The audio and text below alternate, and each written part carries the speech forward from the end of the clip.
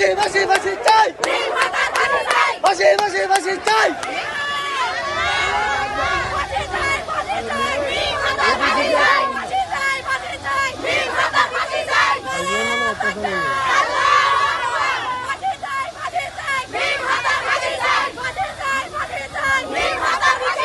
থানার ঘটনাকে একটু না বললেই হয় না।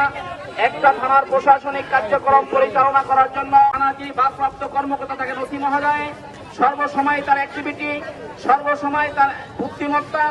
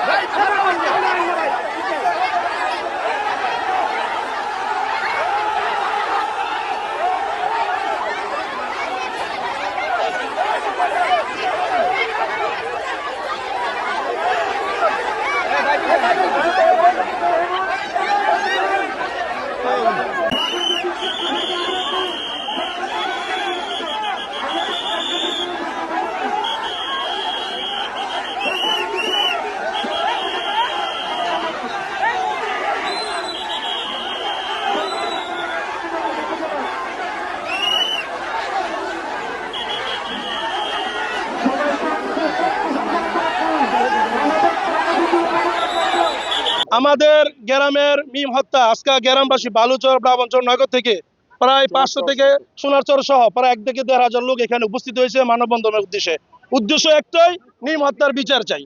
উদ্দেশ্য কি? বিচার বিচার বিচার চাই।